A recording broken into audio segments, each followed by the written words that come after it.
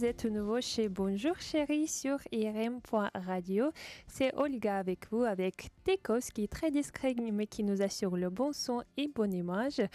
La semaine dernière, on a parlé du sujet très sérieux de l'entrepreneuriat au féminin et aujourd'hui, on change le sujet. Aujourd'hui, ce sera la beauté. Parce que nous sommes en compagnie aujourd'hui de Florence Célan, qui est créatrice de la marque de cosmétiques Pomone. Bonjour Florence. Bonjour. Et aussi Andrea, qui est modèle et influenceuse, mais est passionnée des parfums, mais qui va arriver un tout petit peu plus tard. Donc je commence avec Florence aujourd'hui. Toi, tu es vraiment professionnelle de domaine de beauté parce que tu as commencé à travailler chez L'Oréal. Puis, tu étais chef de projet et puis tu as fait le groupe Belcore. Et enfin, avant de créer ta propre marque Pomone, tu as également créé le concept cosmétique et spa fondé sur des produits originaires de terroir français. Oui, C'est bien oui, ça? tout à fait, oui. Oui. D'accord. Oui, oui. Et la marque Pomone, d'où le nom, ça vient de la pomme, j'imagine. Donc, c'est à la base de la pomme. L'objectif, c'est de sublimer la peau avec les vertus de la pomme. Ah oui, C'est bien ça? oui, c'est tout à fait bien résumé. La marque Pomone, en fait, rend hommage à la beauté de la déesse Pomone, donc la déesse du monde botanique, que l'on voit souvent portant des pommes. La pomme est son fruit préféré, d'où le nom de la marque. D'accord. Mais c'est vrai que je me suis renseignée un petit peu. La pomme, c'est vraiment un antioxydant. Ça apporte quoi pour la peau? Pourquoi vraiment la pomme et pas une autre fruit, par exemple? Donc en fait, la pomme, c'était pour, je dirais, une vocation de naturalité, biodiversité. Mon idée, c'était de créer une marque cosmétique avec des ingrédients et des actifs locaux qui ne vont pas piller la biodiversité locale. D'autant que les ingrédients et les actifs de pommes, on peut les retrouver dans les coproduits de l'industrie agroalimentaire, Ouais. donc dans les résidus, par exemple dans le marc de cidrerie. Ah oui. D'accord. Mais en fait, est-ce que pour, si on peut dire, les pommes qu'on peut manger, les pommes qu'on va utiliser pour la cosmétique, c'est pas quand même... il y a comme un certain... je sais pas... Donc en fait, pour créer une gamme cosmétique à base de pommes, on peut utiliser tout type de pommes. On va retrouver peut-être avec des cartographies différentes de molécules, on va retrouver dans tous les cas, que ce soit dans les pommes couteaux que l'on mange ou dans les pommes à cidre, on va retrouver dans tous les cas le même type de molécules. D'accord. Et les bienfaits de la pomme pour la peau, vraiment, c'est parce qu'elle contient des vitamines, c'est un antioxydant, je crois. Oui, tout à fait, oui. Est-ce qu'il y a d'autres bienfaits? Pourquoi vraiment ça ralentit le vieillissement? Donc C'est- c'est vrai que la pomme, c'est un anti-âge global. Donc la première propriété, c'est la richesse en polyphénol. Ouais. Donc les polyphénols m'ont donné l'idée de la marque Pomone en voyant le tanin en fond d'un verre de cidre.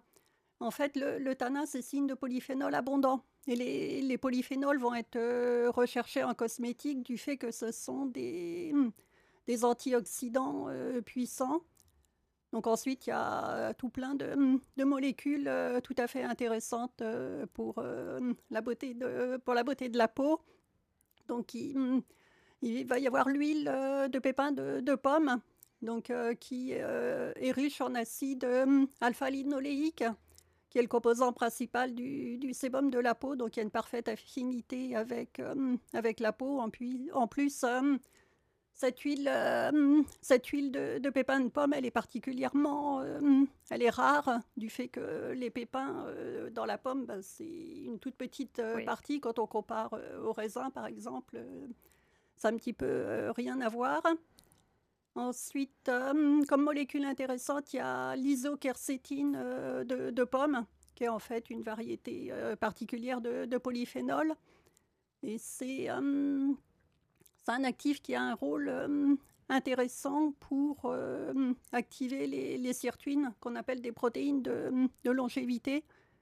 Donc, encore une fois, là, on voit que dans un végétal courant, on peut trouver des molécules puissantes qui n'ont rien à envier aux végétaux beaucoup plus élaborés, quoi.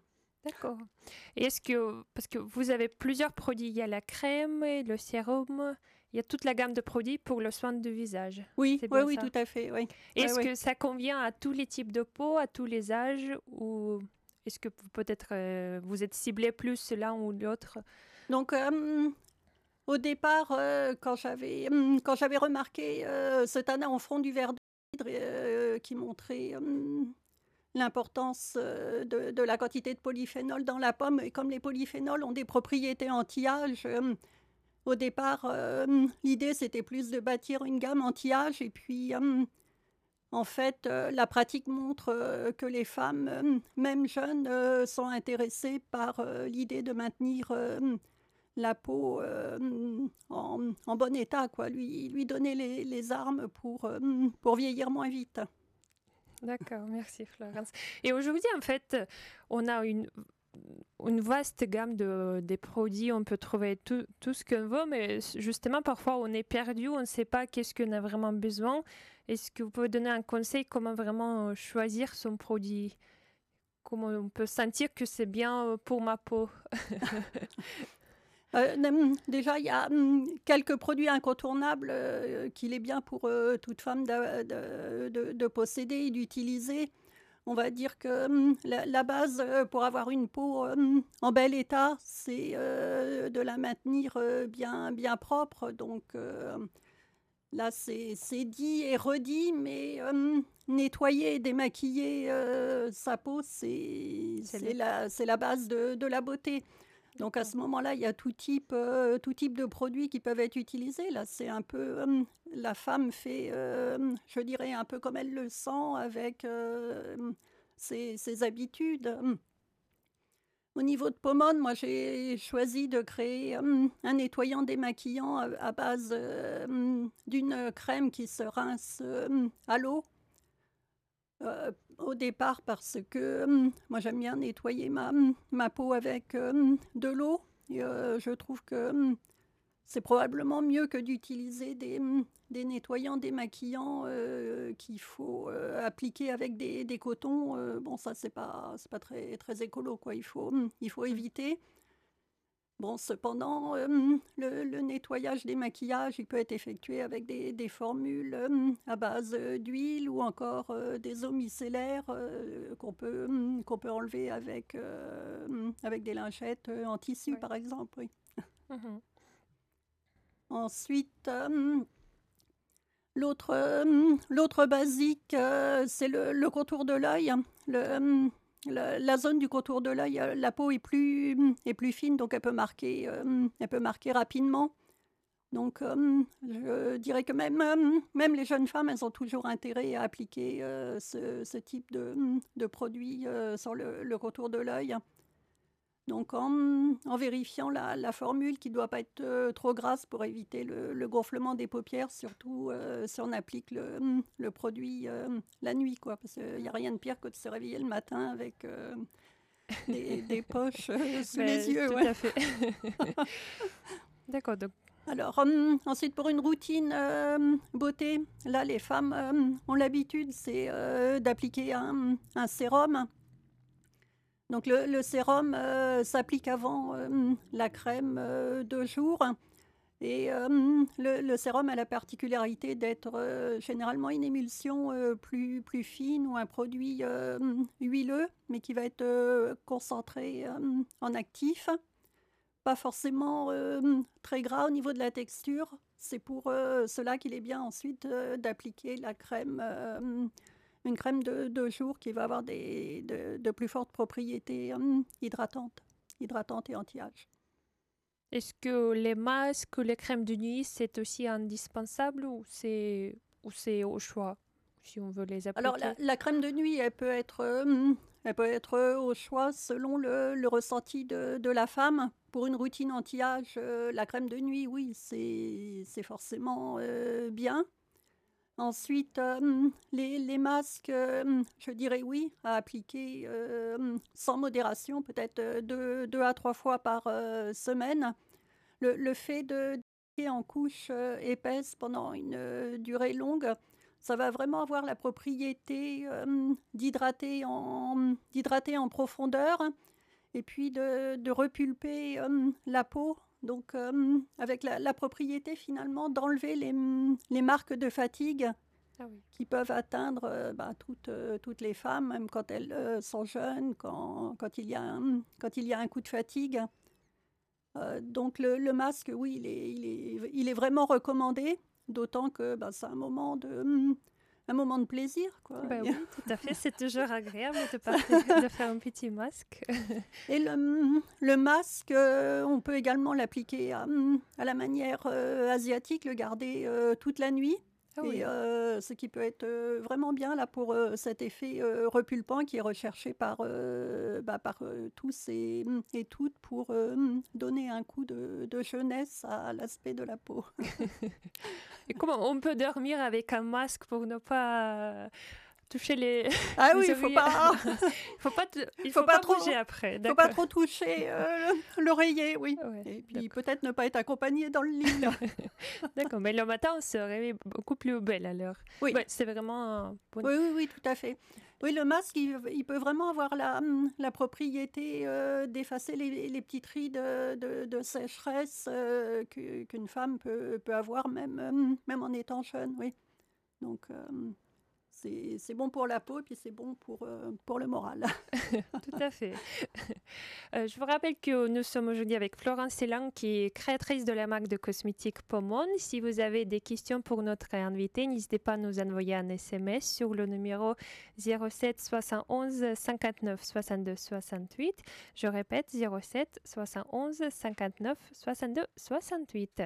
On parle de la beauté aujourd'hui. Et euh, et comment on peut choisir? Également, bien sûr, on choisit parce que c'est le plaisir olfactif, on choisit parce que ça nous va bien. Il y a aussi la question de budget toujours. Est-ce qu'il y a, à votre avis, un bon rapport qualité-prix? Par exemple, si on prend une crème, on ne va pas acheter une crème, je ne sais pas, au-dessus de 5 euros ou je ne sais pas. Est-ce qu'il y a vraiment... dans quelle gamme il vaut mieux rester pour vraiment avoir le bon rapport qualité-prix? Est-ce que vous avez avis sur Ah ça? oui, j'ai forcément un avis. Mm. On peut dire que les crèmes très peu chères, elles vont avoir peu d'ingrédients. Et malheureusement, parfois des ingrédients qui vont être tirés de produits pétroliers. Donc là, de plus en plus, on sait que c'est pas forcément l'idéal pour la peau. Donc ce type de produits ne sont pas vraiment conseillés. Ensuite, on peut trouver des produits à prix modéré qui vont être tout à fait efficaces, qui répondent à l'attente. Seulement, il y aura moins la sensualité que l'on peut attendre de marques plus élaborées. D'accord. Donc, le prix, en fait, ça dépend. Il y a plus d'ingrédients qui vont font du bien à la peau. Donc, c'est ça qui, en fait, contribue à la prix de produit, en fait. Ouais, si Oui, on il y peut dire a, comme il y a ça. cette idée d'ingrédients et d'actifs plus coûteux qui vont naturellement conduire à une formule plus coûteuse. Ensuite, des emballages plus soignés font qu'en final, le produit est plus coûteux. Et ensuite, il y a les critères de luxe et de désirabilité qui interviennent, qui font que certaines marques connues ont des prix Ouais, plus élevés, quoi. d'accord. Et est-ce que... ah, j'ai perdu l'idée. Euh, Est-ce qu'on peut, bon, on a parlé, on a besoin de crème de jour, crème de nuit, un masque, un sérum. Est-ce que, à partir de combien de temps on peut sentir que, voilà, cette crème, elle me va bien, je sens que ma peau elle éclate et elle est plus lumineuse. Il faut utiliser pendant combien de temps le produit pour comprendre que c'est un bon choix? Déjà à l'application et je dirais dans la journée, on voit bien si la peau reste bien hydratée ou s'il y a une impression de tiraillement. C'est que bon là, c'est pas, ça va pas trop. Et ensuite, c'est à partir de, je dirais au bout de 3 semaines, hein, on voit vraiment l'effet d'une crème qui est bien adaptée. Là, on va voir le visage, la peau qui va être plus hydratée, qui va être plus radieuse, plus repulpée. D'accord, donc c'est surtout sentir que la peau est bien hydratée. Hydratation, c'est quand même primordial pour la peau Oui, parce que c'est quand même le manque d'hydratation qui fait que ben, la peau va se flétrir, le collagène va s'abîmer. Donc hydrater, c'est la base de la beauté. Est-ce que justement, parce que oui, on parle de la crème, on l'hydrate de l'extérieur, mais est-ce qu'il faut également se nourrir de l'intérieur et même c'est peut-être primordial de boire assez d'eau ou Ouais. à votre avis? La beauté, effectivement, elle commence dans l'assiette, hein. Là, au début de l'émission, on parlait des polyphénols, mais les polyphénols, c'est bien de les manger également. Et là, ça passe par les fruits et les légumes, étant donné que les polyphénols, c'est un type de molécule qu'on retrouve dans tout le règne végétal. Donc, plus on a de végétaux, de fruits et de légumes dans son alimentation, meilleur c'est pour la beauté. Oui, Est-ce qu'il faut également faire les exercices pour les muscles de visage, je crois. oui Ouais. effectivement, ça devient de plus en plus populaire là, avec les rollers en pierre. Donc, effectivement, c'est une technique qui peut être intéressante. En tout cas, au niveau de Pomone, moi, je m'y intéresse. Oui. Ah oui. Ouais.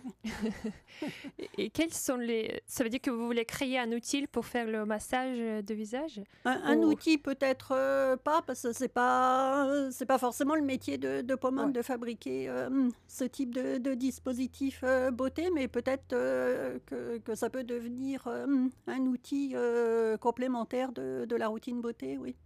Tout à fait. On parle de la beauté aujourd'hui. Tout à l'heure, on a parlé comment choisir sa gamme de produits, ce qui est important de hydrater votre peau.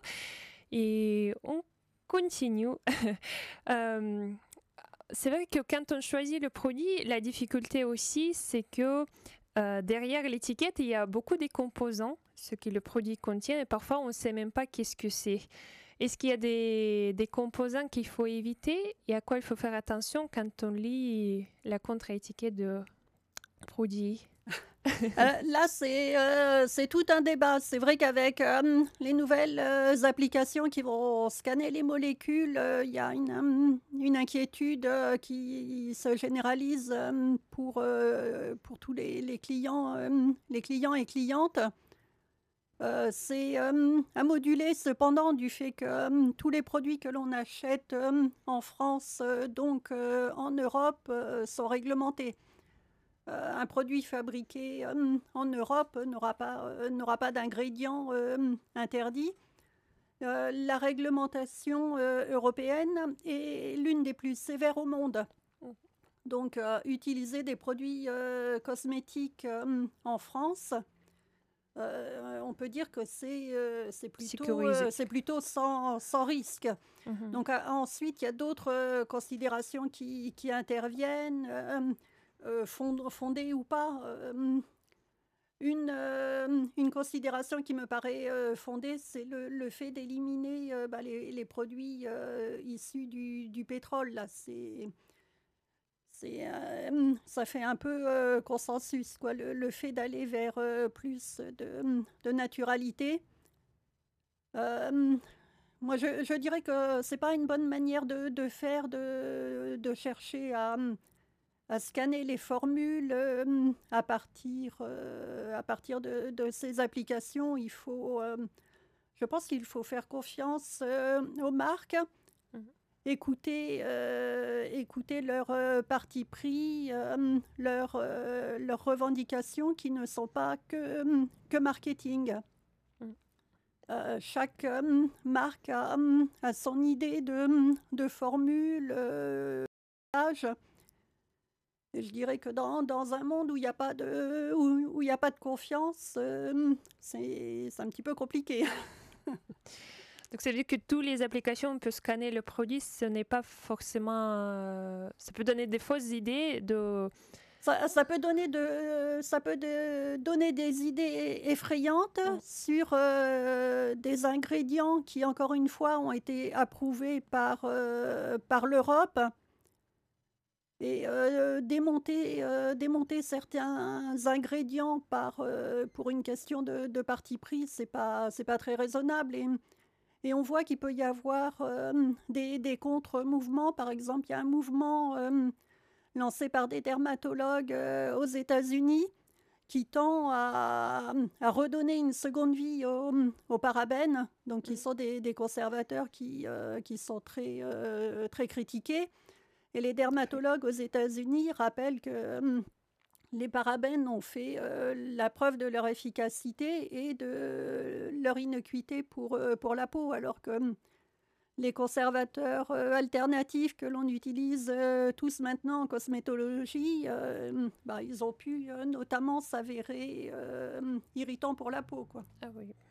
Puisque, par exemple, quand on a dû abandonner les parabènes, je dirais surtout pour des questions de rumeurs, on est passé à d'autres conservateurs, comme le méthylisothiazolinone, qui a fini par être arrêté au bout de quelques années.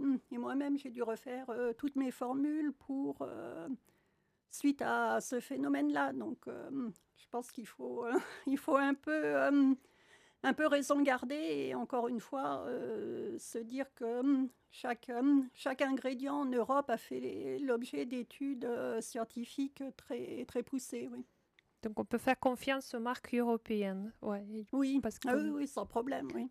parce que aussi, souvent, quand on voit parabènes, ça peut faire peur et il y a même ces côtés marketing. Voilà, le produit, c'est un parabène. Mais en fait, c'est un conservateur souvent indispensable pour vraiment préserver la qualité de produit. Moi En de mon fait, côté, pour vous, Pomone, dans votre moi, marque. j'en mets pas. D'accord. Donc, vous utilisez comme l'autre conservateur qui marche aussi. D'accord. Oui, D'accord.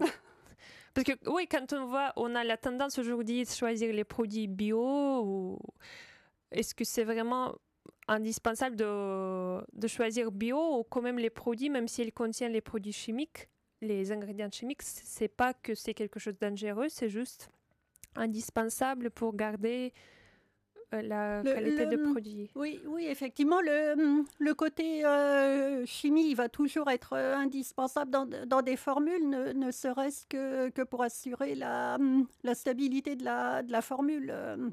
Puisque quand on fabrique des cosmétiques, on a une partie huileuse et puis une partie aqueuse. Et pour les réunir, il faut des molécules particulières qui vont faire qu'on va obtenir une émulsion. C'est un peu comme quand on fait une vinaigrette, il y a l'huile, il y a le vinaigre, et puis ensuite on met de la moutarde pour obtenir une émulsion. Donc on ne peut pas...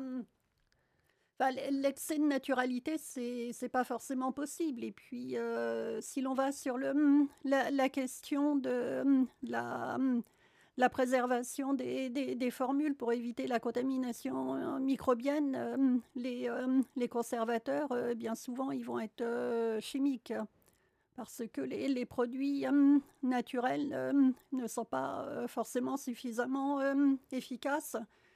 On peut le voir avec les États-Unis et la FDA qui s'intéresse beaucoup aux produits biologiques actuellement, donc qui a donné la directive de surveiller ces produits-là en pointant du doigt que peut-être il pouvait y avoir un système conservateur pas forcément assez efficace.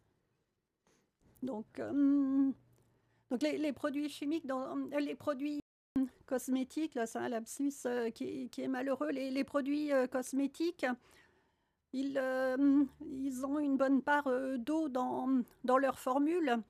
Et l'eau, c'est c'est le vecteur de la contamination microbienne. Quand on a un produit qui n'a pas d'eau, il n'y a pas de microbes. Quand vous faites une poudre libre pour le visage, on ne voit pas trop comment elle pourrait être contaminée par des microbes, mais tous les produits, toutes les crèmes, il y a beaucoup d'eau, donc potentiellement des microbes. Est-ce que c'est indispensable parfois de garder les produits cosmétiques dans un frigo ou est-ce que c'est le choix? Parfois, on dit qu'on peut appliquer la crème qui est un peu fraîche, froide, non? Là, il n'y a pas forcément d'indication, je dirais, cosmétique de le faire. Après, c'est vrai qu'il y a un petit côté agréable d'avoir un produit qui est au frais. D'accord. Mais les produits cosmétiques, ils sont formulés pour tenir leur durée de vie à température ambiante. Donc la réglementation européenne, elle exige de faire des tests de stabilité au froid et à haute température. Et à partir de là, quand des formules passent ce type de test, les produits sont stables dans la durée, oui. Donc il y a quand même beaucoup de réglementations à respecter. Donc oui. Oui, au niveau faire européen, confiance. Oui. D'accord. Et quand on va sur l'étiquette de produit, voilà, ça contient du collagène. Est-ce que collagène, ça vient vraiment de la crème ou c'est plutôt de l'intérieur? Parce que j'ai lu que les molécules de collagène, elles sont quand même trop petites et ça ne peut pas être absorbé par la crème. Ah oui, tout à fait. Le collagène, il est dans la peau.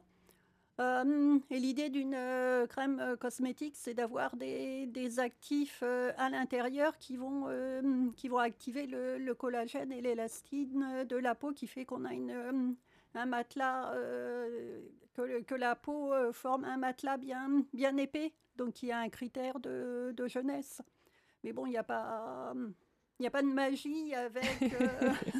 Pour produire du collagène, il faut surtout de l'intérieur, il faut se bien nourrir, de boire beaucoup d'eau. On a parlé pour que ça produise naturellement. En fait. Oui, après, pour avoir un collagène en bon état, il faut surtout éviter la malbouffe, hein, tout ce qui est sucre, soda, ça c'est très très mauvais, quoi. Parce qu'il va y avoir une propriété comment dire, le collagène va se rigidifier et c'est là que la peau elle perd vraiment son épaisseur. Et ce phénomène-là, il est encouragé par le fait d'absorber trop de sucre.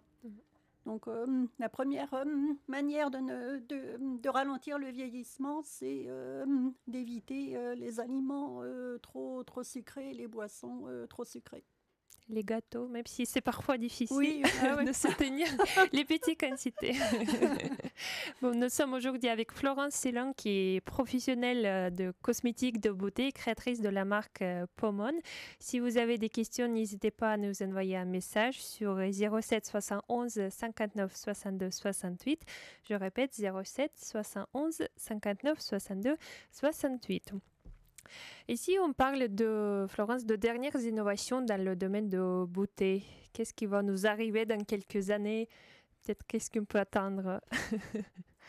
Alors, il y a une tendance qui monte de plus en plus et qui nous vient des États-Unis, c'est la clean beauty, donc la beauté saine, qui en fait consiste à proposer des formules qui vont éradiquer les actifs et les ingrédients qui sont controversés, donc trop chimiques. Mais il n'y a pas d'intégrisme de la naturalité ou d'obligation de bio. C'est plutôt je dirais une cosmétique raisonnée qui va mettre la quantité de chimie indispensable, qui va proposer des produits les plus naturels possibles, mais avec l'apport de la chimie pour assurer la sensualité des formules et puis leur préservation et leur innocuité. Et la Clean Beauty, elle intègre, au-delà des formules, elle intègre également des emballages qui vont être le plus respectueux possible de l'environnement.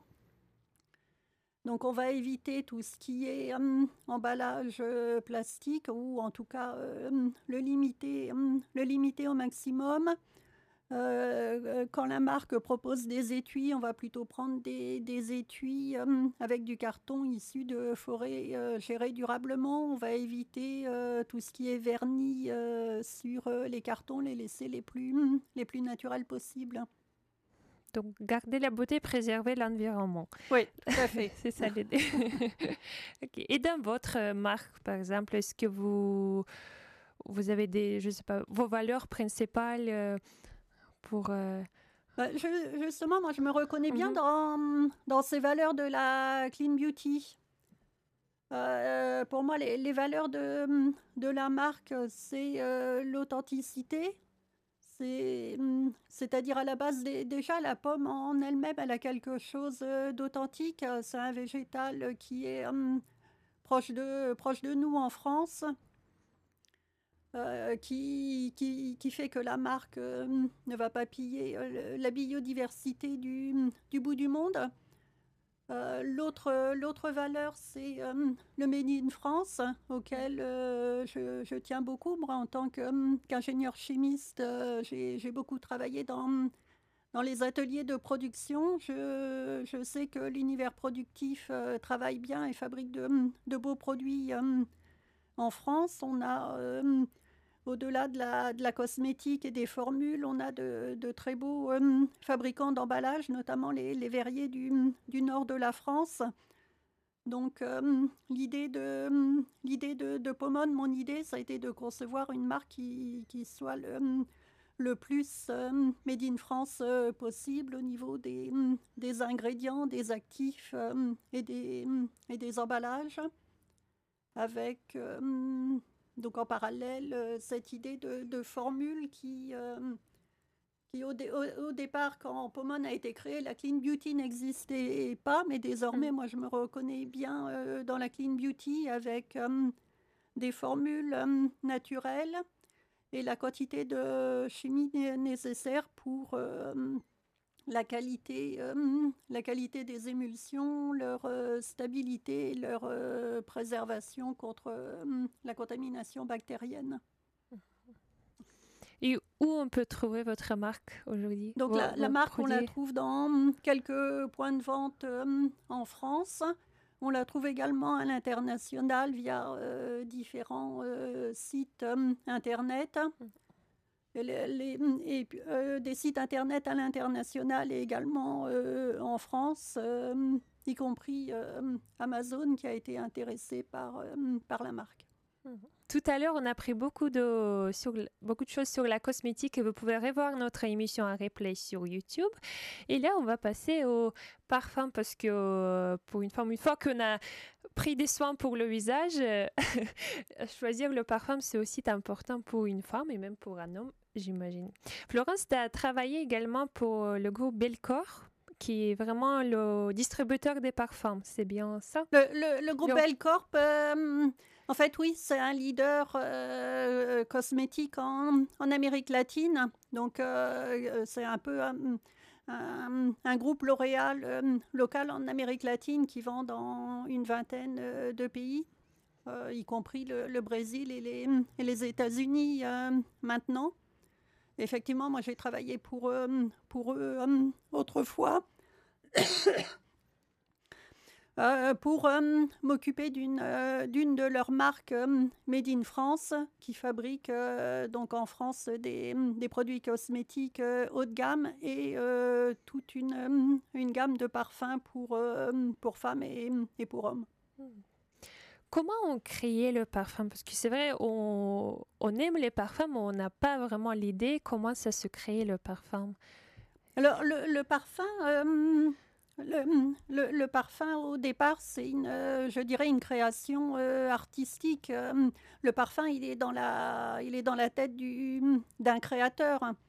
C'est pour cela qu'il y a des parfums qui durent au fil des ans, parce qu'il y a une histoire derrière, il y a, je dirais, un imaginaire supérieur, une créativité supérieure qui fait que certains parfums sont nettement sont appréciés de par le monde et objets de convoitise. Parce que dans l'absolu, il n'y a pas forcément de grande différence entre un parfum basique et un parfum très, très renommé au niveau de la technique. Ah oui. Mais pourtant, il y a quand même plusieurs arômes qu'on peut mélanger ou comment ça se passe? Donc, On fait comme... donc au départ, la partie cruciale d'un parfum, c'est ce qu'on appelle le concentré, donc qui regroupe des molécules odorantes tirées généralement de végétaux. Et c'est là que certains végétaux peuvent être particulièrement coûteux. Donc, on peut arriver à des concentrés dont le prix est très, très variable, ce qui, en final, va influer sur le prix au litre ou au kilo du parfum. Donc, c'est la rareté et le côté coûteux de certains ingrédients qui fait que tout naturellement, la valeur numéraire de certains parfums peut monter très haut, oui. Et les parfumeurs, c'est un peu comme dans l'œnologie, si on peut dire. On mélange les ingrédients, on essaie, est-ce que ça donne un bon arôme ou... Alors, Oui. je dirais qu'un bon parfumeur, il va sentir dans sa tête comment tel ingrédient, comment telle matière première va s'accorder avec une autre. Donc, c'est sûr qu'il va toujours y avoir la phase pratique en laboratoire de test, mais au départ, le parfumeur, il écrit sa formule, il a ses idées vraiment, il a la senteur Ouais. dans la tête, quoi. C'est ce qui fait le génie de certains parfumeurs, oui. Mm. Donc, il comprend qu'est-ce que ça va donner plus. Oui, Ouais. oui, tout à fait. À partir d'un concept créatif, le parfumeur, il va assembler des molécules et des senteurs, oui.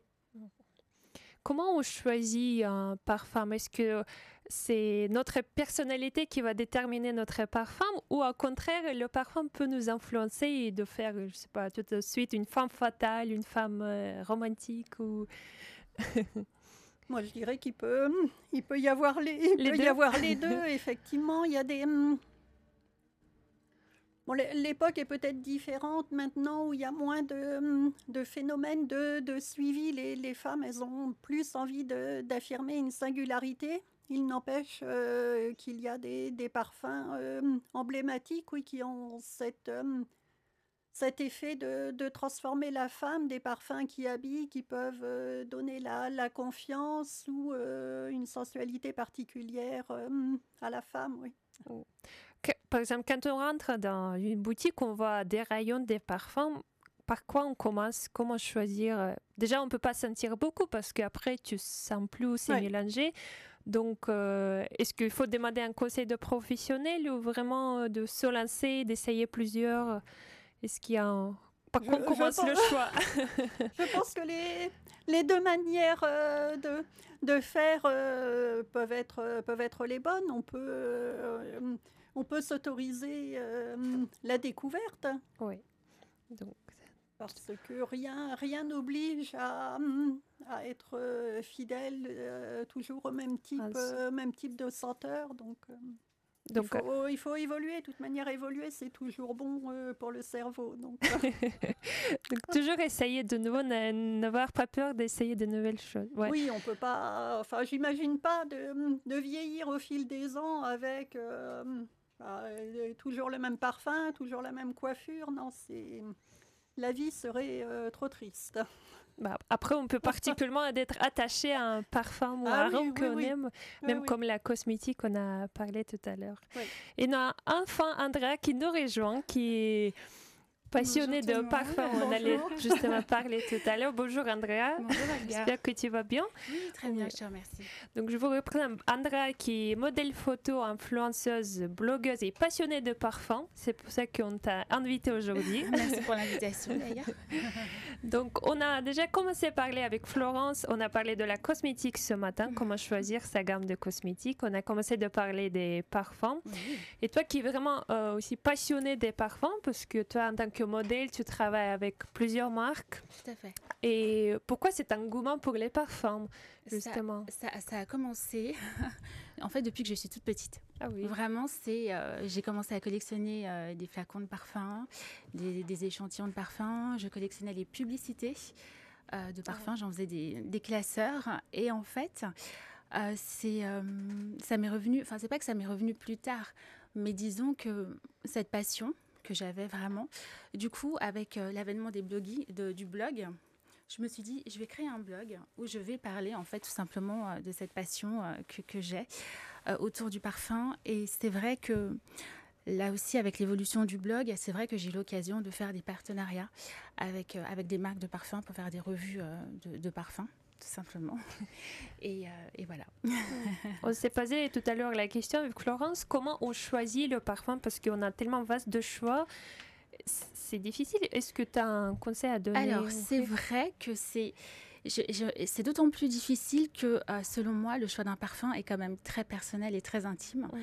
Donc, c'est difficile, même quand on a envie d'offrir un parfum à quelqu'un, c'est difficile d'offrir un parfum parce que c'est vraiment quelque chose qui fait...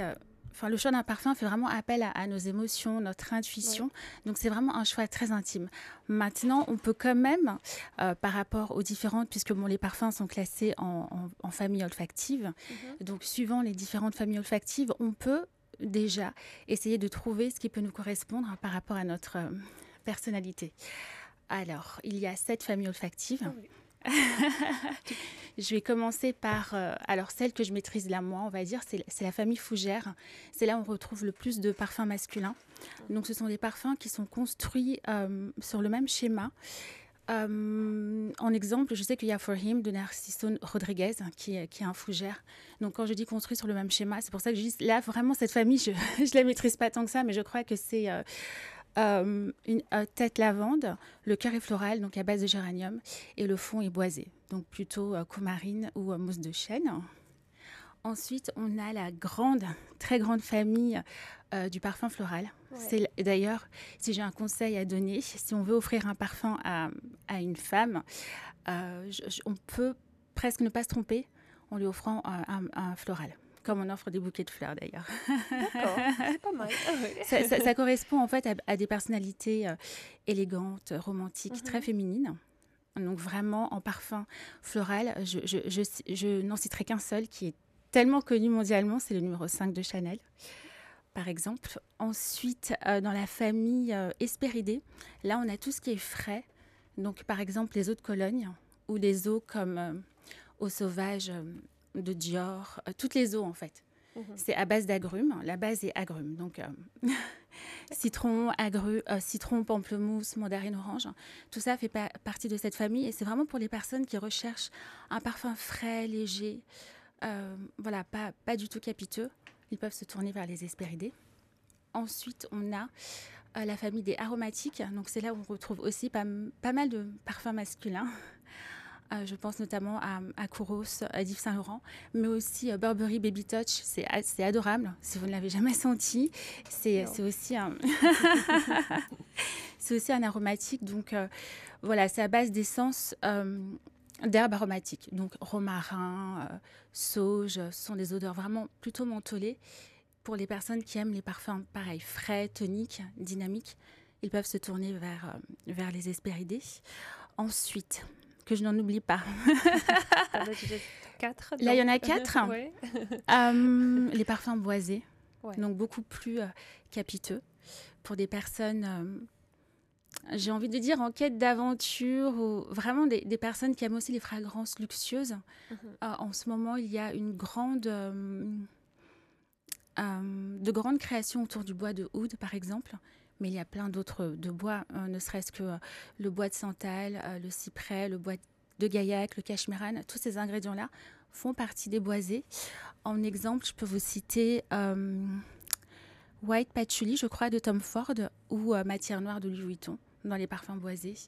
Donc, pour des personnes charismatiques, vous pouvez aussi choisir ce type de parfum. Il y a les parfums chyprés. Alors, les parfums chyprés, c'est un accord bergamote rose, si je ne m'abuse, patchouli. Il y a beaucoup de parfums aussi féminins qui sont chyprés pour des personnes qui ont un fort caractère, qui ont vraiment une personnalité assumée. Vous pouvez leur offrir un parfum chypré ou choisir un parfum chypré. Et Miss Dior, par exemple, c'est un parfum chypré. Et en dernier, donc je pense que là on arrive à 7, la dernière famille qui est accessoirement ma famille olfactive du coup, ce sont les orientaux, les parfums ambrés, donc base musc, vanille, bois ambré, qui ont un côté poudré, et c'est plus pour des personnes énigmatiques, séductrices paraît-il. C'est plus ce genre de parfum un peu voluptueux, capiteux, comme Shalimar de Guerlain, Coco Chanel, Opium d'Yves Saint Laurent. Donc on peut déjà, je pense, trouver dans une famille ce qui peut correspondre à ce qu'on aime, déjà en termes de senteur. Par exemple, je suppose qu'il y a des personnes qui n'aimeraient peut-être pas des essences aromatiques ou des odeurs camphrées ou mentholées, donc du côté des Hespéridés. Et donc on peut déjà faire un tri de cette manière. Pour se former un petit peu et comprendre qu'est-ce qu'on aime aussi, est-ce que tu peux conseiller quelque chose où on peut lire, apprendre un peu les parfums pour déjà... Alors si on aime vraiment, pour ceux qui aiment la lecture, il y a un livre qui est très accessible, je trouve, qui s'appelle l'ABC du parfum, qui est très bien. Après, qui n'est pas forcément pas si technique que ça. Ensuite, il n'y a rien de mieux que l'expérimentation. Vraiment d'aller sentir les parfums et surtout de le tester sur sa peau et de le garder quelques heures pour voir déjà si on l'aime, si on le supporte, si ça tient bien sur notre peau. Je sais que souvent on a tendance à dire qu'un parfum, à un moment donné, on ne le sent plus, mais c'est juste parce qu'on est habitué en fait.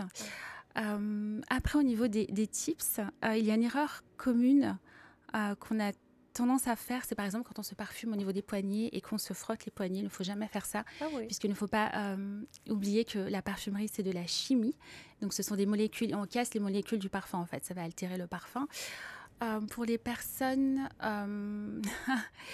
j'ai envie de dire, qui ont peut-être trop tendance ça arrive aussi, à trop transpirer, peut-être plus se parfumer les vêtements et non pas la peau, puisque ça va aussi altérer le parfum.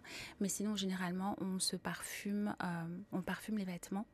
Et aussi au niveau des plis, en fait, des plis ou ce qu'on appelle les points de pulsation, comme derrière la nuque, les coudes. Donc c'est pas les poignets. On peut. La seule chose, on peut. La seule chose, il faut pas frotter. D'accord. C'est vraiment une erreur commune en fait. Donc il ne vaut mieux pas faire ça. Ça peut paraître incongru, mais derrière les genoux aussi, on peut se parfumer. Ce sont des plis en fait. Donc c'est là où la peau. Voilà, tout à fait. Ça va dégager vraiment l'odeur. Et si vous voulez vraiment faire tenir un parfum, pensez à ce qu'on appelle le layering. Donc vraiment avoir une peau bien hydratée. Si ça existe, le lait pour le corps en déclinaison du parfum, s'il existe, c'est très bien aussi. Et un petit shit sera suffisant. Parce qu'il ne faut pas non plus envahir en fait avec son parfum. Je pense que ça doit rester une odeur consciente de votre présence, mais qu'elle ne soit pas imposante. Et le parfum, il révèle vraiment à partir de combien de temps les arômes? Parce qu'on peut mettre un peu de parfum pour tester, mais est-ce que ça donne tout de suite Alors, il faut attendre un petit peu. C'est vrai que par rapport à ta question, les parfums, en fait, sont... il y a ce qu'on appelle une pyramide olfactive, et il y a trois notes, trois étages de notes, on va dire, qui vont se dégager. Les premières notes, ce qu'on appelle les notes de tête, sont très volatiles. C'est là où on retrouve d'ailleurs généralement les agrumes, les parfums où il y a des agrumes. Ça dure vraiment quelques secondes, quelques minutes. Donc c'est vrai qu'on ne va pas se baser sur cette première impression. Après, les notes de cœur vont rester un peu plus longtemps. Et ce qui compte, c'est vraiment les notes de fond. Et il faut attendre quelques heures quand même. Donc, il Faut faut vraiment essayer de sortir du magasin et attendre un petit Exactement, peu. Ouais. il faut attendre un petit peu. Mais ce qui est bien aussi, c'est d'avoir de les avoir, vous savez, sur les petits, j'allais dire les mouillettes. Des échantillons. Oui, Ouais. les échantillons. Et pareil, de les sentir un petit peu plus tard dans la journée pour voir si ça vous plaît toujours. Est-ce que pour le jour et la nuit, c'est le même parfum par saison? Est-ce qu'on peut utiliser plusieurs parfums? Finalement, je Ouais. crois que ça dépend des personnes. Ouais. Après, c'est vrai qu'on peut... souvent, on dit qu'une personne qui change de parfum est une personne qui n'a pas de personnalité. Alors, je ne suis pas fondamentalement d'accord dans le sens où on peut changer de parfum en restant dans une même famille. Je sais que j'explore énormément. En même temps, c'est ce que j'aime vraiment, les parfums orientaux ambrés. Mais je pense qu'on peut vraiment changer au gré, comme tu dis, au gré des saisons, suivant l'humeur, suivant même le jour. Je pense qu'un dimanche à la maison, je ne vais pas porter le même parfum que pour sortir, pour aller dîner par exemple, ou pour aller faire du sport. Pour aller faire du sport, j'irai plus sur une eau de Cologne, quelque chose de très frais, très léger. Le soir, plutôt un parfum plus capiteux, j'imagine. Et en journée, par exemple, une chaude journée d'été, pareil, j'irais sur quelque chose de beaucoup plus frais, une eau fraîche. Et après, vraiment, les compositions en elles-mêmes, puisque là, j'ai parlé des grandes familles olfactives, mais dans une même famille, il y a des sous-familles, ou ce qu'on appelle des facettes. Donc vraiment, c'est vrai que le choix est très large. Donc voilà, je pense que ça dépend des personnes, mais vraiment, on peut explorer. La question, je pense, très importante, comment choisir et offrir le parfum. Tu as déjà parlé que les parfums floraux, ça peut plaire à beaucoup de femmes. Est-ce qu'il y a d'autres astuces ou est-ce qu'il faut s'adresser à un professionnel ou ne pas prendre le risque d'offrir un parfum? Alors, je ne prendrai pas le risque. Comme je dis, c'est vraiment, en plus, en tout cas, je pense qu'on a un rapport quand même assez intime avec son parfum. D'où ce choix vraiment personnel. Et même si ça casse un peu l'idée d'offrir, soit on peut demander à la personne, ou ça m'est déjà arrivé de demander à la personne que ce soit la personne, on va dire, qui est en couple avec elle ou lui, ou une personne de son entourage qui connaît très bien ou qui peut avoir accès, par exemple, à sa salle de bain, et je demande quel parfum cette personne porte, si je veux lui offrir. Mais peut-être éviter de lui demander directement, sauf peut-être en dernier recours. Mais bon, comme je dis, ça casse l'idée du cadeau, de la surprise à offrir. Mais vraiment, je pense que dans les parfums floraux, on a, et les chyprés, on a vraiment un vaste choix qui pourrait plaire. Il ne faut vraiment pas hésiter à aller voir les conseillères et leur parler de ça, en fait. Qu'est-ce que vous avez envie d'offrir? Et... le mieux, c'est quand même de connaître aussi la personne à qui vous voulez offrir. Donc, vous avez déjà une idée du type de personnalité, son caractère, ce qu'elle aime aussi. Et ça pourra aider. Parfum, ça fait partie de la séduction, j'imagine. C'est vrai aussi. Mais la séduction, déjà peut-être envers soi-même, dans le sens où c'est aussi un geste beauté, c'est un geste fraîcheur. Donc, on se parfume aussi, enfin, avant tout pour soi, c'est, voilà, selon moi. Mais on parfume aussi, on se parfume aussi, j'imagine, pour séduire. Le fait même de se parfumer parce qu'on sait qu'on va sortir, c'est déjà une forme de séduction. Donc, déjà, être belle grâce à un bon cosmétique, prendre bien soin de soi, d'avoir les bons parfums et se sentir belle, c'est déjà le clé de réussite. Et j'ai aussi une petite question, parce qu'il ne reste pas beaucoup de temps, mais j'ai lu ton blog Ruby on Pink, où tu publies beaucoup des articles, et dans un article, tu parles, l'article qui s'appelle Le supermarché des mecs, tu parles qu'on a tendance aujourd'hui, vu qu'on a une émission de l'amour, on a envie de séduire, mais avec l'objectif de séduire et jeter après la personne parce qu'on a peur d'aimer. Est-ce que, à ton avis, c'est toujours vrai à nos jours? Est-ce que tu peux donner quelque chose pour inspirer les gens pour aimer, en fait, et s'aimer? Alors, je n'aime vraiment pas parler en termes en généralité, mais il me semble que c'est encore plus vrai aujourd'hui avec les réseaux sociaux et avec des applications comme Happen ou Tinder, où la rencontre est très facile. Elle est vraiment à portée de clic. Et donc, on a ce côté où, effectivement, on est là à choisir des personnes comme des produits, c'est ça? Parce que j'ai appelé ça le supermarché des mecs, tant qu'à faire. Et on est là en train de scroller. Et voilà, c'est vraiment... on choisit, en fait. On aime et si ça match, tant mieux. Si ça match pas, tant pis. Et Mais bon, ça n'empêche que, pour répondre vraiment à la question, peut-être que certaines personnes, donc vraiment, je n'ai pas envie de faire de généralité, ont peut-être peur d'aimer, mais pour diverses raisons, pas forcément parce qu'elles sont juste aventureuses et qu'elles ne veulent pas... Oui, il y a la peur de l'engagement peut-être, ou parce qu'elles n'ont tout simplement pas trouvé la bonne personne, parce qu'elles ont aussi peut-être tout simplement peur d'aimer ou peur de souffrir. Il y a ça aussi. Je crois qu'il y a des personnes qui ne veulent pas, qui ont peur de souffrir. En sachant que de toute façon, quand on aime quelqu'un, forcément on est vulnérable. Et voilà, il peut se passer tellement de choses et l'être humain est infaillible, donc on est à l'abri de rien. Ou peut-être aussi il y a des personnes qui ne savent pas aimer, dans le sens où je sais qu'il y a des personnes qui sont très mal à l'aise face à des gestes d'affection justement ou de tendresse. Donc il y a plein de raisons. Vraiment. C'est aussi le sujet à développer. Oui. En tout cas, déjà, tu as dit que pour aimer, il faut être courageux, je pense, ou courageuse. Je ne sais pas qu'est-ce que tu en penses, Florence, si tu as quelque chose à dire à nos auditeurs, ceux qui nous écoutent au sujet de l'amour, un souhait. Alors pour ce qui est de l'amour, moi j'allais dire d'une époque où les applications, il n'y avait pas, et c'était plus... je dirais le coup de cœur naturel, donc où il y avait une alliance d'attirance physique et puis d'affinité intellectuelle. Donc dans une ambiance qui était plus calme, moins frénétique, et du coup il y avait pas la peur, quoi. Ah oui. Puisque la lenteur était là pour apprendre à se connaître, et de ce fait, cette lenteur fait qu'il n'y avait pas de risque, en fait. Ouais. C'est aujourd'hui, on est plus caché derrière les écrans et on a un peu plus. C'est vrai. Ouais, donc du coup, il y a moins d'ouverture. Moins d'ouverture au hasard. Merci Florence, merci Andrea, merci d'avoir été avec nous ce matin. Donc soyez ouverts pour aimer et d'être aimé, et soyez sublimes surtout. C'était Olga avec vous aujourd'hui, et vous pouvez revoir notre émission sur YouTube. Il suffit de taper Bonjour Chérie IRM.radio, parce qu'on parle de plein de choses, la beauté, l'amour, la séduction. Donc restez avec nous et à très bientôt. Merci.